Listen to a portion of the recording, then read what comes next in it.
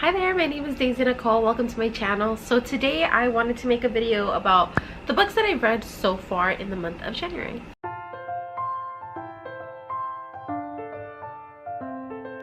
I had to write everything down and put it in my notes because that was the only way. I wasn't really picking up my camera, honestly, and as you can hear, I'm like still kind of sick and my ears, I can't hear that well. So far I've read about 6 books, but in my total like listening, I have 3 books that I have checked out as of right now, and I'm trying to finish them in order. The first book that I read was The Kind Worth Killing, and this is by Peter Swanson. This book was released February 2015 and the number of pages is 311. I started reading this book honestly January 1st. I said, let's just get it. I want a good book, and this is something that my sister recommended to me, so I was super excited to listen to it. So then I did, and what I learned were it's a revenge type book.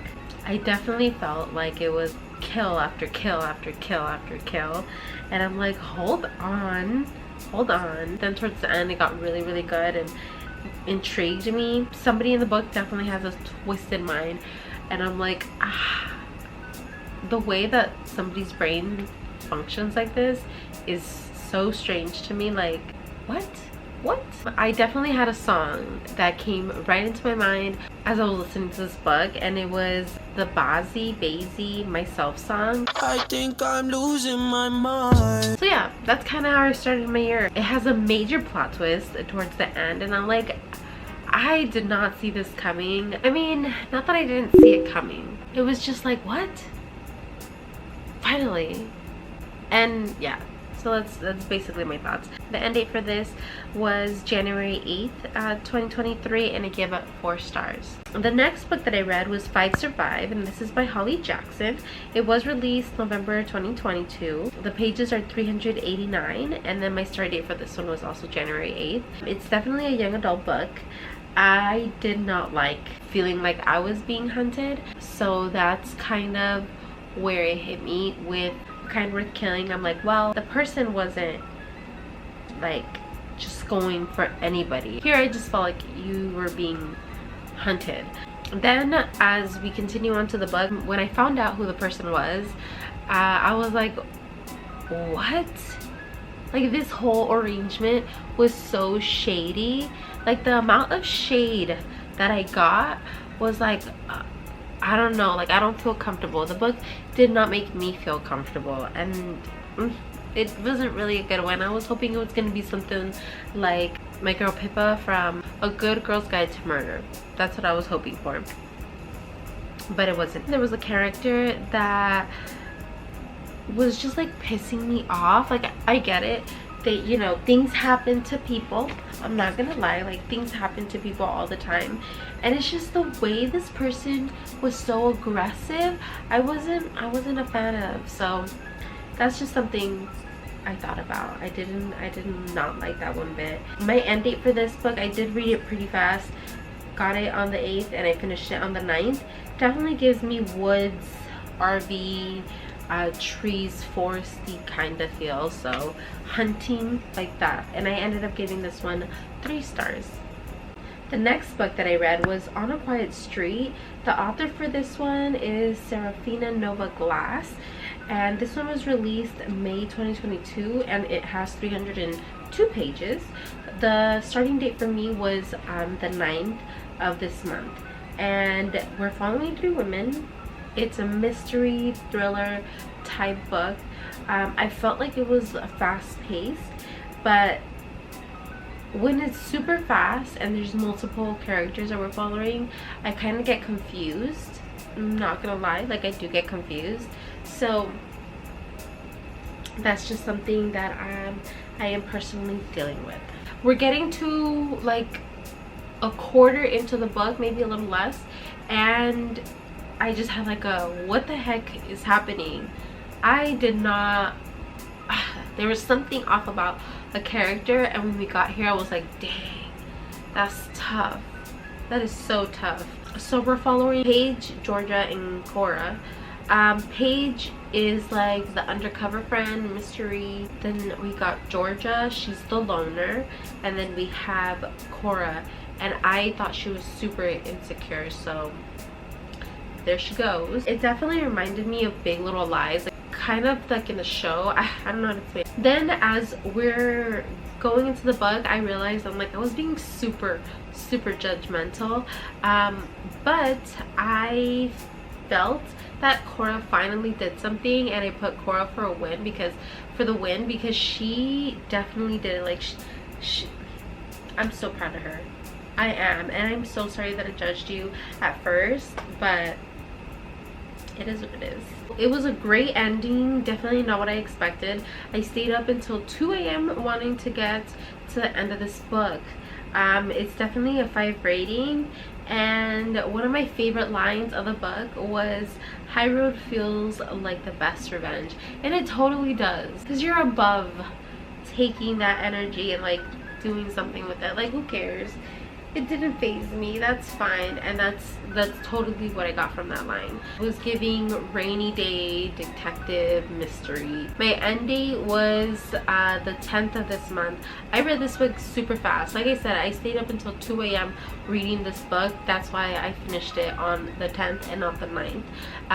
5-star rating. If I cannot put down a book and like I'm staying up past like 10 or 11 to read a book, it has to be a good book, and it was. Then the next book, and this is one of the books that I'm currently reading, it's When the Stars Go Dark. This one, the author is Paula McLain. It was published April 13th, 2021, and then the pages are 370. The start date was on the 10th of this month. It's slow, it's a mystery. It was reminding me of The Reversal. If you've ever read any of the Michael McConnelly books, it's like the third or fourth book of the series for the Lincoln Lawyer, and it was totally giving off just that vibe, kind of what the case is about. But this one is different. It reminds me of The Reversal because it deals with a specific age group, and it's also like different at the same time, and I'm still working on it. Today is the 21st, and I was listening to it earlier today, and I feel like I'm reading the same book back to back. Okay, then the next book is The Last Show, and this is written by Michael Connelly. We were just talking about him. Released January 18, 2017, and this one has 405 pages. My start date was the 10th of January. This is the Renee Ballard #1. This is her world. This is her series, and I wanted to get introduced to her and actually start reading more of her series so that I can go on and read the Harry Bosch universe. So that's kind of what I'm excited about. Harry Bosch takes place with the Lincoln Lawyer, so it's just all these across the world, and I love reading books like that because I'm getting like everybody's point of view. Renee Ballard is somebody else in the series. She's a detective, and same thing with When the Stars Go Dark, so I feel like they're just too similar of a book. So honestly, not the best, but there were a few captivating parts of this book. And then finally got to meet Renee. I thought of the 405, knives, detective work, mystery, trying to figure things out, and then my end date for this one was also on January 10th, so it was a pretty fast book. I was also trying to watch things on TV, and I stumbled upon Bridgerton. I watched it a few other times, but I was like, okay, let me watch it and then I'll read the book. I read Bridgerton, The Duke and I, the author Julia Quinn. This was released June 27th, 2006, and it had 384 pages. My start date for this was January 12th. Like, there was way more detail, and like the way we focused on Simon and what he was going through and like how he grew up, we really focused on that on the book, and that's why I thought it was cute. The Duke stutters more in the book. He's still brother's best friend, and in the book her mom is slightly more open, so she kind of warns her in the book, but in the show she didn't. Like, she flat out was like, you just need to be a wife. So yeah. And then my end date for this one was January 14th. We got to the first book that I like not physically read, well yeah, I physically read it on my Kindle, well my phone on my Kindle, because there's no audio version. I looked all over for this author and trying to see if this book is available. It's Mile High by Liz Tomford. This one was published June 6, 2022. It has 420 pages. My start date was January 14th. I saw it on Bookstagram and immediately was drawn to it. Like, one of the little sections that was highlighted, literally I was like, what is this book about? Only available place to find was on Kindle. Goodreads rating is at a 4.35, and I'm hoping that it's good. It starts off and she's a super self-conscious woman, and I was just like, come on girl, like we can't always be like that.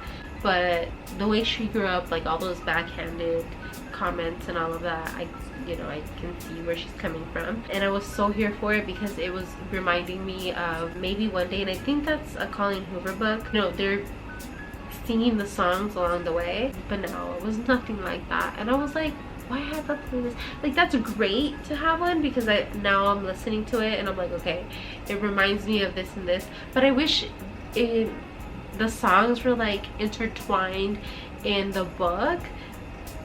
Like, that would have been a whole experience. I would pause and go listen to the song and then come back. I'm like, okay, this is totally what I'm feeling. That's what I like. Like, if it's a little adventure, it's so much fun to do. But that's just the me thing, right? Just letting you know, the songs are not in the book. You gotta just figure it out on your own. As I was listening to the book, there was another song that I wish was added to that playlist, and it's I'm Sprung by T-Pain, because it would have been so funny, again, had that been intertwined in the book, like maybe his best friend telling him something that or somebody on the team. That would have been so hilarious. So just letting you know, it was like 50 to 60%, and I was like, okay, well, nothing but good things gonna happen, right? And I was like, but that's still a long time. So I was trying to figure it out. Also, like, as I was reading it, I couldn't believe that Stevie's job is an actual job. Like, I just never thought about it. Like, that never ran through my mind, saying like that is an option. And there's so like, what literally the possibilities are freaking endless in this world. Like, I would do a job like that. I was enjoying their relationship, definitely. There was a super like spicy scene kind of in the beginning, but the spice level I thought was a good 3 to 4, 3.5, because I was physically reading it. I stayed up a few nights just reading it. My eyes started to hurt, but I would go to sleep like at 2, 3 in the morning reading this book, and I got it on the 14th and I finished it on the 18th. Like, I could not put this book down. All I wanted to do was read it. I loved this book. Then the next book that I got, this one's one that I'm currently reading. It's Belladonna. The author is by Adeline Grace. It's published August 30th, 2022. It has 416 pages. My start date was on the 14th. So I started it honestly the same day as I started with Mile High. But I've been wanting to read Belladonna. Like, I've been on the wait list to get this book for a few months now. So I said, let me just grab it. Mile High, I purchased it so I can read it whenever. It was definitely giving right off the bat Ghost Whisper, and then it also reminded me of Addie LaRue. So that's kind of the vibe that I'm getting from it. And we're just following somebody, a girl, we're following her, but she sees and feels a lot of things.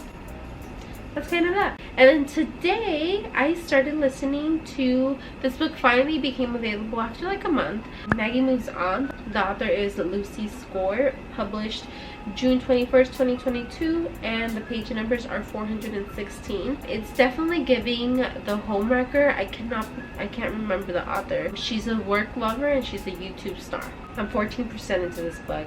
And yeah, let's see, she's the YouTuber, and that's pretty much it.